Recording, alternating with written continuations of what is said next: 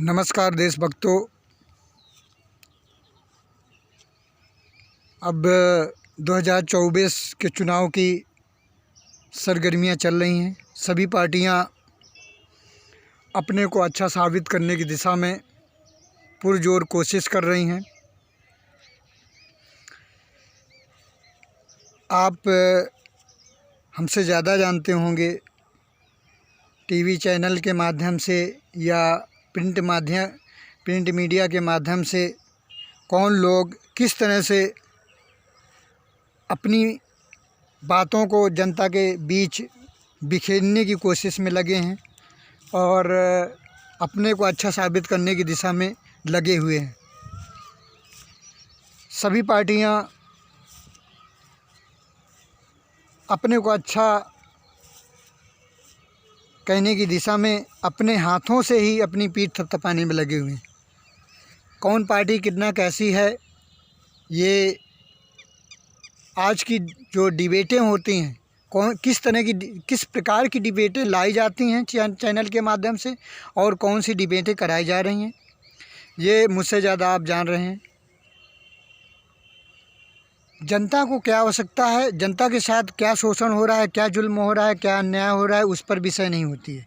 Officer कितनी तत्परता, ईमानदारी और अपना कर्तव्य किस तरह से अच्छा से निभा रहा है, इस पर कोई कभी बहस नहीं होती है। बस चुनाव आया, ये हमने अच्छा किया, उन्होंने गड़बड़ किया, और क्या अच्छाई हमारे अंदर है, क्या बुराई उनके अंदर है, ये सब में लगे हुए हैं।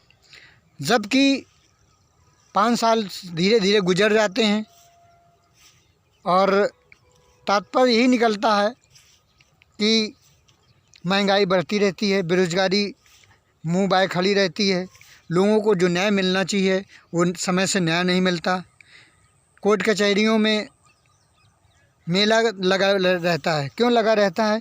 क्योंकि समय से निपटाया नहीं जाता। लोग सारी ज़िंदगी मुकदमे लड़ते रहते हैं, इसके बाद जजमेंट कब होगा वो तो ऊपर वाला ही जानता होगा, जानेगा कि कब होता है। तो इस तरह से देश की दिशा और दशा और गति देखी जा रही है।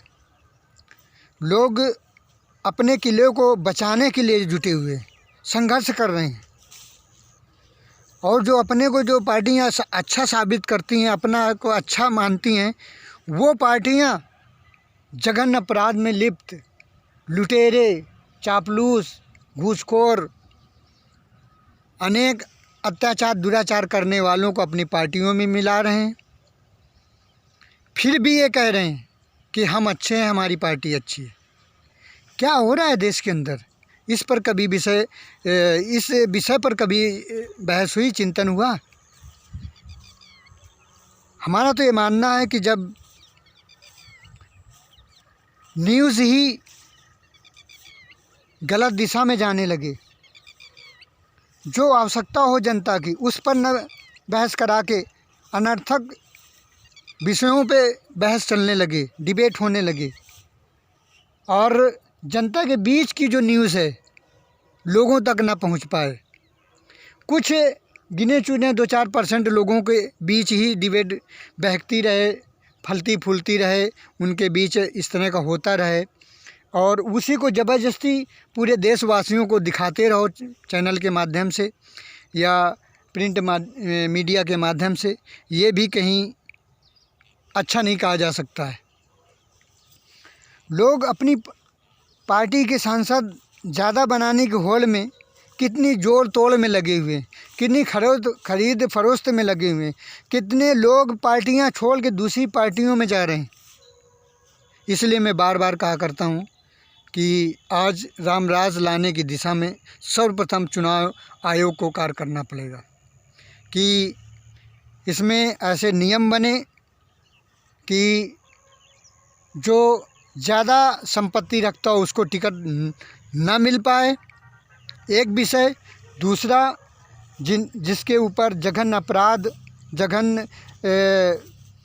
आपराधिक केस लगे हों या कुछ इस तरह का किसी तरह की चोरी या छिनारी छीना झपटी इस तरह का कुछ भी इस तरह के अनर्गल केस लगे हों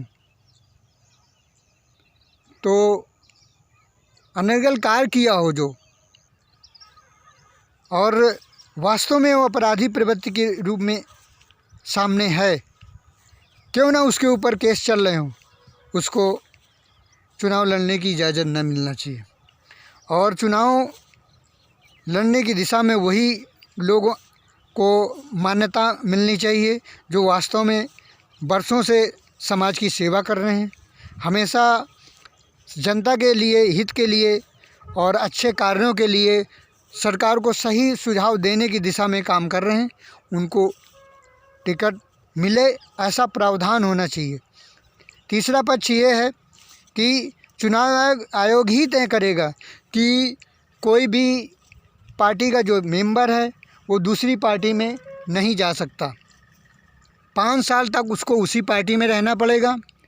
हाँ, यदि उस पार्टी से वो दुखित है तो वो उसको जो फंड मिलता है वो फंड के माध्यम से अपना क्षेत्र का विकास कराए और उसको किसी चुनाव में या किसी का समर्थन के रूप में निरस्त कर दिया जाना चाहिए, जिससे जो फूट डालने की प्रवृत्ति है, जहाँ ये एक पार्टी से छोड़ के दूसरी पार्टी में जाके दूसरी रातों रात दूसरी सरकारों को बना देते हैं, इसमें कहीं ना कहीं रोक लगेगा।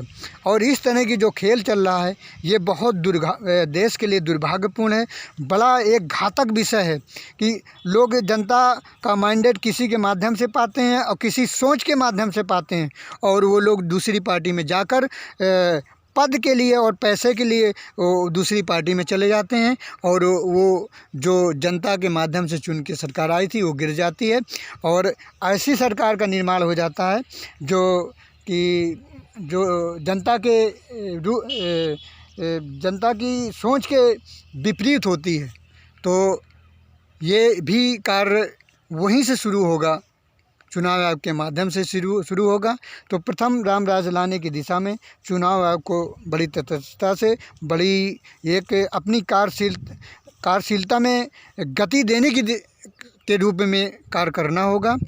और हो सकता है मेरी बातों को चुनाव आयोग को दुख लगे कि हमेशा चुनाव आयोग के विपरीत में ही विषय में ही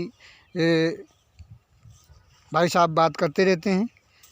ये मेरा कोई व्यक्तिगत कार्य नहीं है, ये देश के हित की बात है।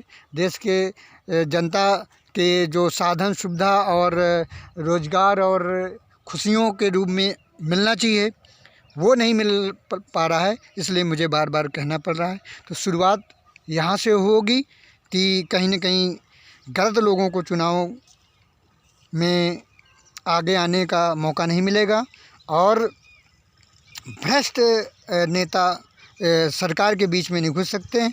और जब भ्रष्ट ऑफिसर नेता नहीं होगा तो ऑफिसर कभी भ्रष्टाचार कर ही नहीं सकता, क्योंकि ये नेताओं के माध्यम से छन कर ऑफिसर के माध्यम से नीचे तक आता है और जनता को मजबूर होके रिश्वत या गलत काम करने की प्रेरणा मिलती है और वो कार्य करने लगता है जो रामराज के बिल्कुल विपरीत है और गलत है।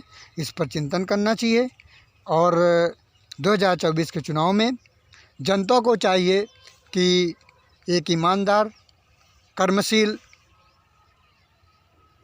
और कट्टर देशभक्त इंसान को वोट डालें, क्यों न वो निर्दलीय हो। जय हिंद, जय जय हिंदुस्तान।